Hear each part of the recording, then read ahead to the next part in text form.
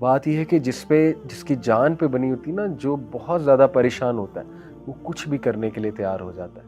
ٹھیک ہے، وہ ہر ایک کے پاس گیا ہوتا ہے. اس نے تو پیسے کتنے لگائے ہوتے ہیں، وہ تو عاملوں کے پاس گیا ہوتا ہے کہ آپ تہجد کے ٹائم اٹھ کے، جتنی آپ کو توفیق ملتی ہے انشاءاللہ، آپ تہجد کے ٹائم اٹھ کے اپنے لیے خاص دعا کرو اللہ سے، اور اللہ کو ایسے جملے کہو کہ اللہ میں سب سے جو ہے وہ نا امید ہو چکی ہوں، اور میں نے ہر چیز ٹرائی کر لیا، یا رب آپ ہی شفا دینے والے ہیں، میری ساری کی ساری امید آپ سے ہے، اور میں اس گھڑی میں آپ ہی سے مانگتی ہوں. پڑھو جب دعاؤں کی قبولیت کے اوقات ہیں. وہ کیا کیا ہیں؟ مثال کے طور پہ حدیث میں آتا ہے بارش کے دوران دعا قبول ہوتی ہے، سفر کے دوران دعا قبول ہوتی ہے، سجدے میں دعا قبول ہوتی ہے. نماز میں جو سجدہ کیا جاتا ہے فرض نماز میں، اس میں اردو میں تو نہیں دعا کر سکتے، لیکن کوئی جنرل دعا مانگ سکتے ہیں، جیسے ربنا آتنا فی الدنیا حسنۃ وفی الآخرۃ حسنۃ وقنا عذاب النار. یہ بالکل جائز ہے along with سبحان ربی الاعلیٰ جو ہم کہتے ہیں. اور یہ جنرل دعا کرتے ہوئے اپنا مسئلہ ذہن میں لایا جا سکتا ہے، تو وہ بھی دعا کا ایک طریقہ ہے. اور نماز کے بعد بھی سجدے میں گر کے اردو میں بھی دعا کی جا سکتی ہے نماز کے بعد. اسی طرح انہوں نے کہا کہ اقامت اور اذان کے درمیان کا جو ٹائم ہے اس وقت دعا کی قبولیت ہے. اور انہوں نے کہا اس طرح مزید ایسی ریسرچ کرو کہ کون سے جو ہے وہ دعا کی قبولیت کے اوقات ہیں. اس نے کہا ٹھیک ہے، میں انشاءاللہ اس کی بھی کوشش کروں گی کہ وہ اوقات جب دعا کی قبولیت ہے. جیسے نبی صلی اللہ علیہ وسلم نے فرمایا کہ جمعے کے دن ایک گھڑی آتی ہے، عصر سے مغرب کے درمیان اس گھڑی کا ذکر کیا گیا ہے. زیادہ جو اوتھینٹک ویو ہے اسکالرس کا، وہ عصر سے مغرب کے درمیان کون سی گھڑی ہے. دیکھیں، کوشش کریں عصر سے مغرب ذکر میں سپینڈ کرے بندہ. کوئی ایک فرائیڈے ایسا رکھ لے، اگر ہر فرائیڈے نہیں کوئی اپرچونٹی نکل رہی، کوئی ایک فرائیڈے رکھ لے، اس میں دعا کرے. اس نے کہا ٹھیک ہے انشاءاللہ I will try to do this. شیخ نے کہا کہ جب ہم کسی کے لیے دعا کرتے ہیں ہماری دعائیں ضرور قبول ہوتی ہیں. اس نے کہا واقعی یہ تو کبھی سوچا بھی نہیں تھا میں نے. زیادہ تر دیکھیں نا انسان اپنے لیے دعائیں کر رہا ہوتا ہے. انہوں نے کہا تو بہت اچھی بات ہے، میں ضرور دوسروں کو بھی یاد رکھوں گی.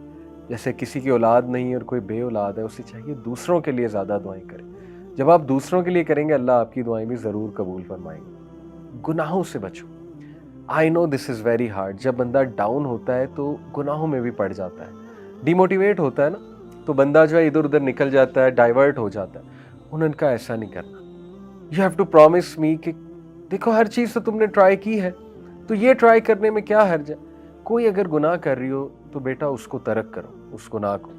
کیونکہ گناہ جب انسان کرتا ہے تو اس کی ول پاور ٹوٹتی ہے مزید، اور شیطان اس پہ مزید حاوی ہوتا ہے، شیطان اس کو مزید وسوسے دلاتا ہے. انہوں نے کہا کہ کسی کی مدد کرو، ریگولر کسی کو پکڑ لو، کوئی ضرورت مند کو، اس کی مدد کرو.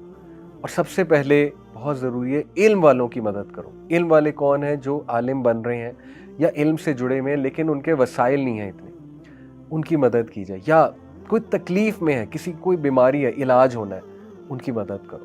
یا کوئی اور ضرورت مند ہے، کسی کو کسی چیز کی ضرورت ہے، تو نظر رکھو ایسے لوگوں پہ. تھوڑا سا باہر نکلو اپنے اوپر، ایسے لوگوں پہ نظر رکھو اور ان کی مدد کرنا شروع کرو مانیٹری سینس میں. انہوں نے کہا استغفار کو بڑھا دو، بہت زیادہ بڑھا دو، کثرت استغفار کرو. استغفر اللہ توب الیہ، استغفر اللہ توب الیہ، استغفر اللہ توب الیہ. Very simple. یہ مت سوچو میری زندگی میں مسائل کیا ہیں، ڈی موٹیویشن کو حاوی نہ ہونے دو. بس ایک بار ذہن سے نکال دو کہ مجھے کوئی مسئلہ نہیں ہے، اور استغفار کرو. اے اللہ میری غلطی ہے، میری غلطی ہے، استغفر اللہ توب الیہ، استغفر اللہ توب الیہ. کیونکہ نبی صلی اللہ علیہ وسلم نے فرمایا جو کثرت استغفار کرتا ہے اللہ تعالیٰ اس کے لیے ریلیف ضرور نکالتا ہے، اور اسے وہاں سے دیتا ہے کہ اس کا گمان بھی نہیں جاتا. کہ جب تم پہ شدید ڈی موٹیویشن، مایوسی اور غم حاوی ہوگا، تو اس دوران، اس مومنٹ میں تم نے وہ الفاظ اور وہ دعائیں کہنی ہیں جو ہمارے نبی کہا کرتے تھے. ادھر ادھر کی چیزیں نہیں کہنی، جو مارکیٹ میں چل رہی ہیں وہ چیزیں نہیں، جو سنت سے ثابت الفاظ ہیں وہ کہنے ہیں. پرومس می دس. وہ کیا ہے؟ نبی صلی اللہ علیہ وسلم جب شدید غم میں ہوتے تھے، شدید کوئی تکلیف آتی تھی، ہمارے نبی کہتے تھے اللہ اللہ ربی لا اشرک بہ شیئا. اسی طرح ہمارے نبی کہتے تھے یا حی یا قیوم برحمتک استغیث. اسی طرح ہمارے نبی کہا کرتے تھے لا الہ الا اللہ العظیم الحلیم، لا الہ الا اللہ رب العرش العظیم، لا الہ الا اللہ رب السماوات و رب الارض و رب العرش الکریم. اسی طرح نبی صلی اللہ علیہ وسلم نے سکھایا کہ جب تم پہ ریگریٹ حاوی ہو جائے